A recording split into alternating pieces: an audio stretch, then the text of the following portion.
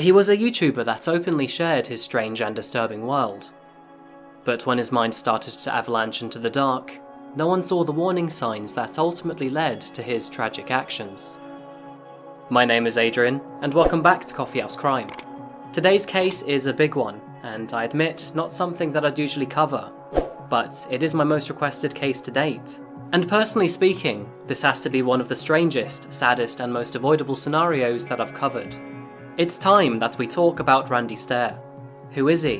What delusions followed him to the grave? And how did no one see the signs? P.S. If you're new to the channel, I post both solved and unsolved cases here on a weekly basis, so if that is your sort of thing, please consider subscribing to Coffeehouse Crime. So pull up a seat, grab a coffee and sit back. This is the case of Randy Stair.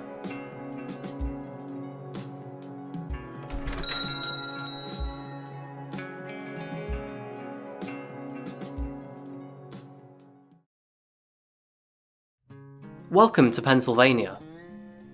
Known for its stunning scenery, chocolate, and of course the Philly cheesesteak, there are many indulgences found throughout the state, which is the 5th most populous in all of the USA. It's home to over 13 million residents, and 4 of them were the Stair family. Randy Stair was born on the 17th of September 1992. He later became an older brother to Jeremy, who was born on the 11th of September 1994.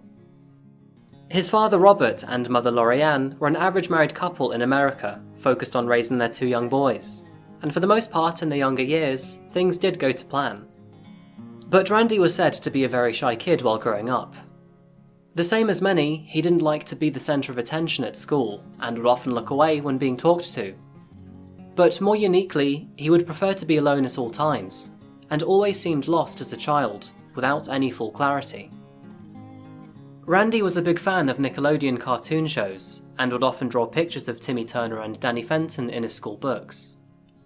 As a child, he often dreamed of being a cartoon character too.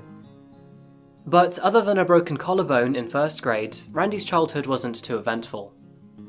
His introverted side carried on with him into adulthood, however. Yes, he did have friends, but he never dated anyone, and he hated working in groups at school. And although it was obvious that Randy suffered from some sort of social anxiety, he was never actually diagnosed with any sort of mental condition. In June of 2008, Randy launched his YouTube channel called Pioneers Productions. He'd actually had a previous channel before this, creating funny videos using movie clips, but after several copyright strikes, it was taken down indefinitely. The new Pioneers Productions channel, however, would be different. To begin with, Pioneers Productions was all about goofy comedy stints, something you'd expect from an average 15-year-old boy. And as time went on, the channel would restructure to focus on 3 main characters: Randy Stair, Froggy, and Whale. Randy had actually found Froggy in a shopping cart at Wise Supermarket one day. It was dirty and smelled of cigarettes, so Randy decided to take him home and clean him, before using him as a character in comedy skits. I don't care. I'm setting you straight even if it kills me and sets the house on fire. I'm gonna do it! You have got to be kidding me! I'm a fucking fraud! You want me to get educated? I've had it up to here with your attitude, your manners, your... Whale was depicted as a perverted predator that liked to hit on Randy with a low voice. He would continue to create content around these two and himself for a couple of years. You mean you still haven't told them about us? What? No! There is no us! In 2010, Randy got his first job working at McDonald's, but he hated it. Within 3 hours of his first shift, he quit. Randy's parents were furious. By now, Randy was 18 years old, and his parents expected him to push his own weight in the family household. So only a few months later, Randy's dad got him a job at the local Wise Supermarket, where he himself was the shop's manager. Back on the YouTube side of things, it was spring in 2011 that Randy officially became a paid YouTube partner. Hey everybody, my lifelong dream for YouTube has come true. I am officially a YouTube partner, and that is fantastic. For a while already, he had wanted to become a filmmaker, and with monetization achieved, this propelled his ambitions. But I just jumped up when I saw that, so my big goal is accomplished. So on that note, he bought himself a new iMac and started to create content with other creators in his genre. It was around the same time in 2011 that Randy graduated from Dallas High School. He would now attend Luzerne County Community College for 3 years through to 2014. But it was never at the forefront of his mind. Being a fan of many cartoons throughout the years, Randy was also part of the My Little Pony fandom, or also known as a brony. He also had several other posters from Frozen, Inside Out, and the Beatles. He darted around YouTube for a bit, experimenting with different types of content, including gaming, and he even tried making new channels, including Pioneer's Anthology. However, nothing really stuck for Randy. And then he found Ember. Danny Phantom is an American animation TV series created by Butch Hartman for Nickelodeon, the same creator as The Fairly Odd Parents. The series follows Danny Fenton, a teenage boy who, after an accident with an unpredictable portal between the human world and the ghost zone, becomes a human-ghost hybrid and takes on the task of saving the world. Danny Phantom was well received by both television critics and audiences, gathering a cult following since its original run in 2004. And one of those fans was Randy. And this is where we begin to see the strange and delusional world of Randy Stair. One of those characters who was eventually introduced into Danny Phantom went by the name of Ember McLain. Ember is a ghost rock star who uses music as a sonic weapon to hypnotise her enemies. And while she only appeared in a few episodes, she is best known for a seductive charm and hatred for authority. A couple songs were made for the cartoon, and once those 2 soundtracks were officially released to YouTube, Randy became obsessed with both Ember and the music, listening to them constantly. And despite being just a cartoon, Randy claimed that Ember was his first crush. Apparently she helped him cope with various struggles through life. In a video, he even said the following: I just kept looking at her and it's like she got it. She understood me. I understood her. We had feelings for each other. And it was way more than just a simple connection. It was life-changing. I went into a zone that I had never really been in before. The comfort that Randy found in Ember was particularly potent in 2013. In January, Randy lost his friend Matt in a tragic car accident, and shortly after, he would lose his granddad too. In addition to both painful experiences, Randy's basement would flood, destroying a lot of his property, and shortly after, Randy himself would be in a car accident too, but lucky for him, escaping relatively unharmed. The multiple deaths that Randy witnessed led him into a morbid curiosity, wondering what death was truly like. He began to heavily analyse his thoughts of death and was unable to escape from them, even eventually enjoying those thoughts. Back to Ember. Many people, including Randy's friends, would often joke about Ember being Randy's fictional wife. Randy, though, would see it differently. To him, she was his queen. But I'm this close. This close to my baby. Well, Ember was my baby. She's not my baby anymore. She's my queen. Mackenzie's my baby. Mackenzie, baby! Randy claimed that he felt spiritually connected with her, and that he actually knew Ember before his birth, as if his spirit existed in another realm before becoming human. It was through his connection with Ember that he created his own alternate universe, one that would firmly grip Randy, and ultimately, change his direction in life forever. He called his fantasy universe Ember's Ghost Squad, or EGS for short. It was a fan-made spin-off of Danny Phantom, staying true to both the artwork and the general storyline. A squad of ghosts, but this time, ones who seeked and recruited suicidal people. Following several years of work on Pioneer's productions and not getting very far with it at all, he decided to quit and move on to his new passion, which was to create and animate Ember's Ghost Squad. He'd do this by changing to a new YouTube channel, but before he could, he would have to end Pioneer's productions. Throughout 2014, he worked on a 5-part YouTube series that focused on killing off his 2 other main characters, Froggy and Whale. He did this by viciously stabbing them with a knife. Why are you doing this? Because she told me to.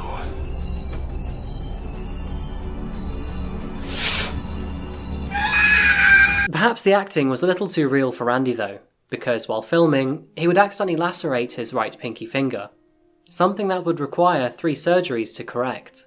His finger would remain permanently bent after surgery too, but Randy saw this as a good thing.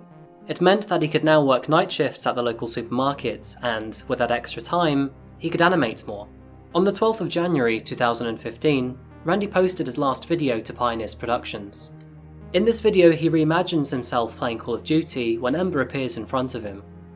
The two converse about their connection and how she has had a profound impact on his life. He takes a box containing Froggy and Whale outside, and then proceeds to burn the box. Metaphorically, this shows the end to his past. After returning home, still in the movie, he then talks to Ember briefly before telling her that he is ready. He then pretends to take a gun to his head and ends his own life. And with his old YouTube channel now officially out the way, he could focus on his new passion, animating Ember's Ghost Squad. From this point onwards, he would also call himself Andrew Blaze. He actually hated his official birth name, Randy Stair. We're moving forward by a year to January 2016. After posting his final video to Pioneers Productions 12 months prior, Randy's life continued to fall inward. With the old YouTube channel now finished, he had more time to learn animation, and more time to obsess over Ember. He was also becoming more evil-minded and edgy. Through a new video that he titled Abyss, he shared his dark thoughts about the world, challenging his viewers to look into the abyss and to find their true selves. How well do you really know yourself? I want you to try something. Go to the mirror. Just stand there for a little while. Just staring at yourself. Do you recognize that person staring back at you? You might think you do. But I can guarantee you that more likely than not, you do truly not understand that person staring back at you! It is clear that by the point this video was taken, Randy had spiraled into a new level of delusion, psychosis, and anger. He describes how psychiatrists and scientists would never be able to understand him, and that he was special. He then proceeds to talk about a woman that he's been seeing, and how she has helped him see the way. And if it isn't obvious, the woman he is talking about is Ember. He concludes how things have been changing him over the last couple years, and now he has discovered who he truly is. After Randy became obsessed with death, he started to see the afterlife as a magical place where anyone could do anything they wanted. He believed that everyone receives a soul contract to do something in life, and that they die after they accomplish it. And it is this thought that led Randy to think that he was meant to die, so that he could be with Ember in the afterlife. Although he was the actual creator of EGS, Randy believed that EGS was real, and once he died, he would resurrect as a female spirit to join them. Although Randy's depression had been getting worse since 2013, it was now noticeably much more dire. He was now seeing death as the best outcome for his future, and even worse, he now believed it was his fate to die, so that he could join the other ghosts in the EGS universe. Although Ember's Ghost Squad never really became popular outside of Randy's direct sphere of influence, he continued to develop his alternate reality. He even played his fantasies out in real life, making Twitter profiles for the 8 main EGS characters he created, all of them talking to each other frequently when, in reality, it was Randy himself pulling all the strings. Randy had tirelessly worked on his EGS animations for years, doing almost the entire thing by himself. This excluded the times he paid several $100s to voice actresses to cover some of the female character voices.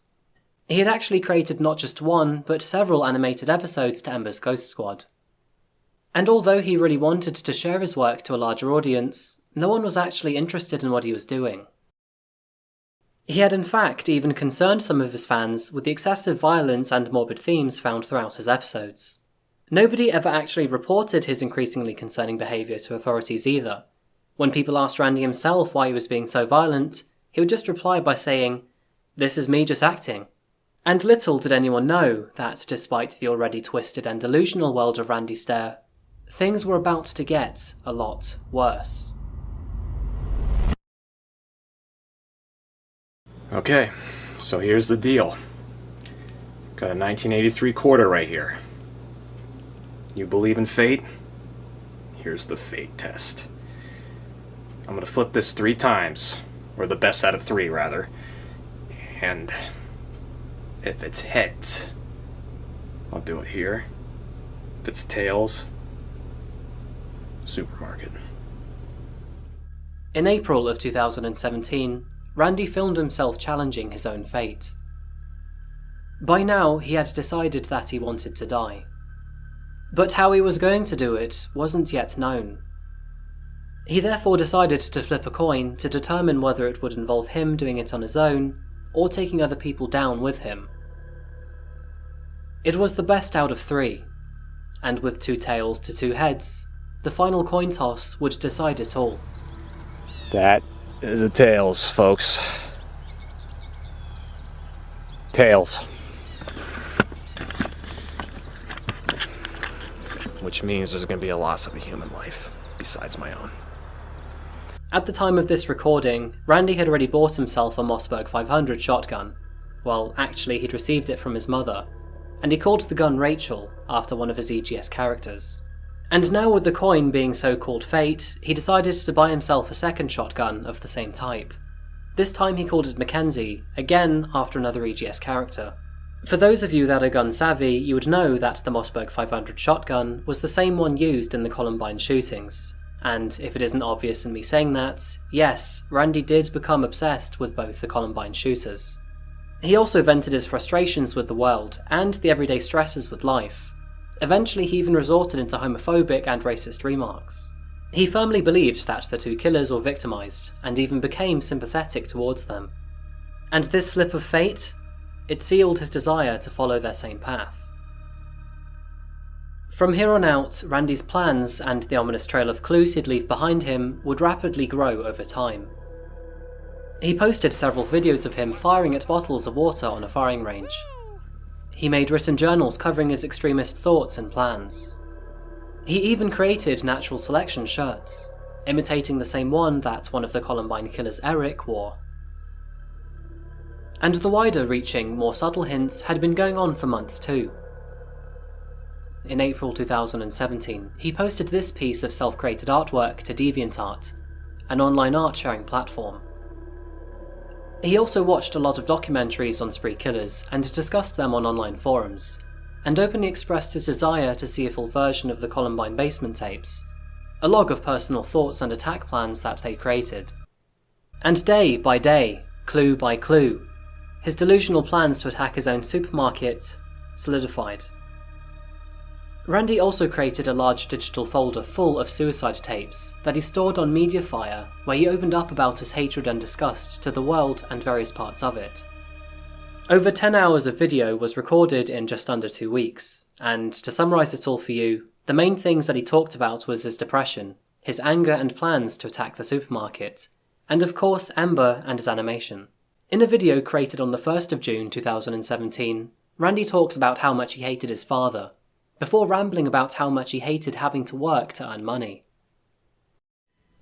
I just became this evil, dark ghoul.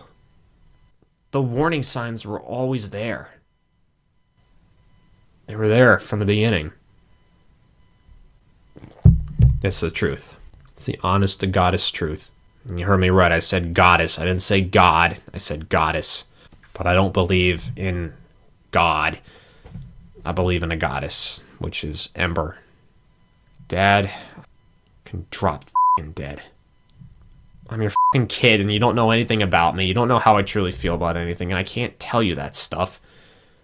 And then all he f***ing seemed to care about was like me getting a full-time job and making money and then trying to move out of the f***ing house and start my own life and all this shit, which I knew I was never going to do. I don't see why it was such a big f***ing deal because I was still part-time at the store. I was still making money, you fucking whore. I was making fucking money. I wasn't just sitting around doing nothing. I was virtually full-time at the fucking store as a part-time fucking worker, you damn. And you make it out to be like I wasn't doing anything with my fucking life. Kiss my fucking ass. All that was on my mind anymore were girls. And girls and girls and girls. I could not get girls off my mind. And the whole cartoon channel is girls. Dead girls. And in the squad, like myself, there are people who were guys on Earth that become girls in the Ghost Squad, which is where I'm going.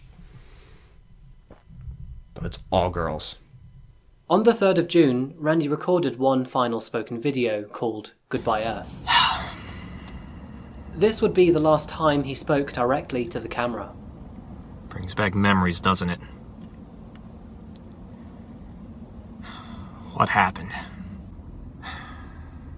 Whoever would have thought that a cartoon character would cause this to happen? Yeah, it's all thanks to Ember. Ember changed everything. All goes back to her. She's more than just a cartoon. Let me tell you, I'm gonna be dead before next week ends. I'll be dead. Legit dead. Thank you for all the late nights. Thank you for all the live streams. Thank you for all of your support, all of your feedback, no matter how good or bad it was. And I hope I've helped make a difference for you. And sadly, I'll never know all the lives I've touched, all the lives I've changed. Helped change, rather. I'll never know. I won't. Alright. This is Andrew Blaze, signing off for the last time. I'll see some of you soon.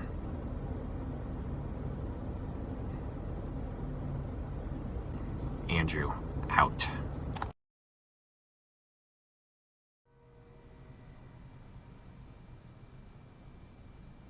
On the night before his planned attack, Randy then took a recorded video of the supermarket, analysing the store's exit points. The aisles were clean, boxes tucked away, food products neatly lined the shelves. It was late at night, and the store was ominously quiet. That quietness, though, wouldn't last. At approximately 11 PM on the evening of the 7th of June 2017, Randy arrived for his night shift at Wise Supermarket. He went to the back of the store to the staff area and blocked an emergency exit with his car. He then continued with his duties, stocking store shelves and cleaning. At 11:19 PM, Randy uploaded what would be his final animated video to YouTube. It was a half-cut 42-minute EGS animation that he created, depicting his characters and himself attacking Westboro High School. He even reached out for help to several animators and voice actresses, but due to its graphic nature, all of those requests would be rejected or remain unanswered. Randy was furious when he had to work on the project alone, and since he had lost nearly all motivation to live, he didn't fully complete the animation either, leaving several scenes as sketches. At 12:10 AM, he tweeted links to multiple files and videos which detailed his plans and suicide notes. Randy then proceeded to discreetly block the store's remaining exits with wooden pallets, and locked the automatic doors at the main entrance of the store. He then armed himself with 2 shotguns, wearing a t-shirt with the phrase, "It's our time to rise," on the front. Randy then walked throughout the store, shooting 3 of his co-workers, of which all 3 would tragically be killed. He then approached the 4th and final co-worker, Christian Newell. She was actually listening to music through her headphones, and had not heard the horror unfolding around her. Undisclosed CCTV footage described Randy standing behind her for 5 seconds, before turning around and sparing her her life, walking to the next aisle. He then continued to shoot merchandise all around the store. It was around this time that Kristen took her headphones off and realised what was going on after hearing the gunshots. She decided to sprint to the staff room to call 911, and along the way, she would unfortunately see her colleagues dead on the floor. She would successfully get to that staff room and call the police. Not that it mattered, however, because in that time, Randy had gone to the deli section of the store, sat down, put the shotgun in his mouth, and ended his own life. Police, with their station located just down the road from the supermarket, would arrive only minutes later. And there they would find the bodies of Randy and his 3 victims. Victoria Todd Brong was an assistant tag manager at the store.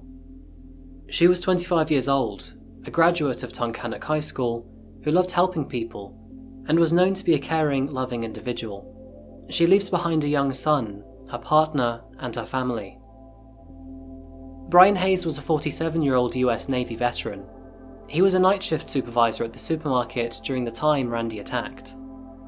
He was a loving father, husband, and son who would do anything for his family. And 63-year-old Terry Lee Sterling, who was also working at the night store that night, was found dead too.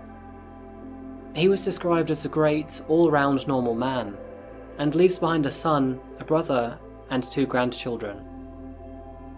Friends and families of the victims, along with the residents of Eaton Township, would all suffer greatly over the following weeks. It would take them a long time to heal, but with thanks to the perseverance and strength of the community, Wise Supermarket was restored and reopened just a month later.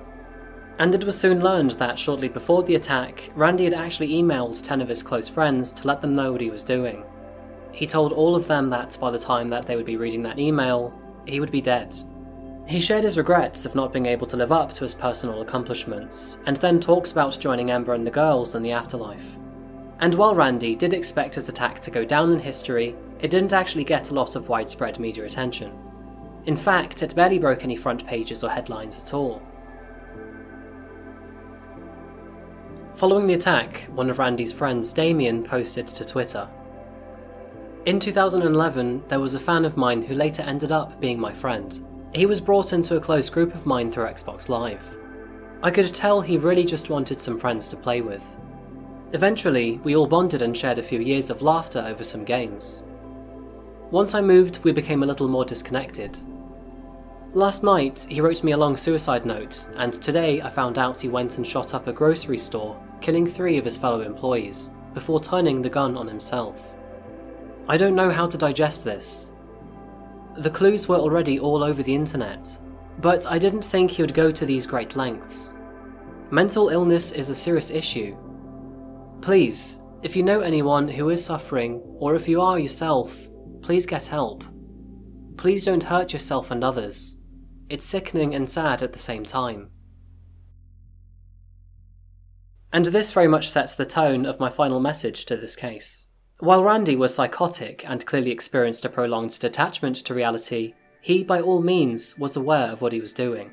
Although he believed that ultimately he would join his self-created cartoon world in the afterlife, he knew the profound consequence that he would have in his own actions. Planning and scheming the demise of his victims for weeks, while also rationalising his decisions through his video logs, proves a stark lack of empathy to others. Randy was deluded, psychotic, narcissistic, apathetic, childish. But above all else, he needed help. Help that was never addressed. And ultimately, it would be the family and friends of his 3 victims that would have to pay the price. Victoria Brong, Brian Hayes, and Terry Sterling. 3 colleagues that never harmed Randy, killed with no justification. Their fates all sealed at the flip of a coin. And what's even more harrowing is the number of early clues that were given, pointing in the direction of Randy's actions. It wasn't only the variety of ominous tweets made in the weeks leading to his attack, there were many more opportunities to spot an increasingly troubled person. Which leads me to say that, should you ever see these worrying signs in someone, don't ignore them. In situations like this, sometimes being overcautious and reporting clues to authorities or a mental health hotline could be the difference in saving someone's life, or multiple lives. I'm leaving this case here for today, folks. This one was a very heavy one, and it had a lot of depth to cover. But it was very heavily requested, and so, here you go. I think next video though, I need to find one that's a little more straightforward and light-hearted, if that's possible. Please like the video if you're still here, or if you found the video interesting, and of course, if you haven't subscribed yet to Coffeehouse Crime, please do, it does help me out. Just a quick shout out to my patrons, thank you for your support. Through your patronage this month, I've been able to buy new studio lights. It lets me do cool things like this. And to everyone, I'd love to hear your thoughts about the case of Randy Stair. Please share them in the comments section below. Thank you for watching Coffeehouse Crime today, folks, and as always, I'll be right here, behind this camera, waiting for you in the next one. Until then though, especially after this video, look after each other. Goodbye.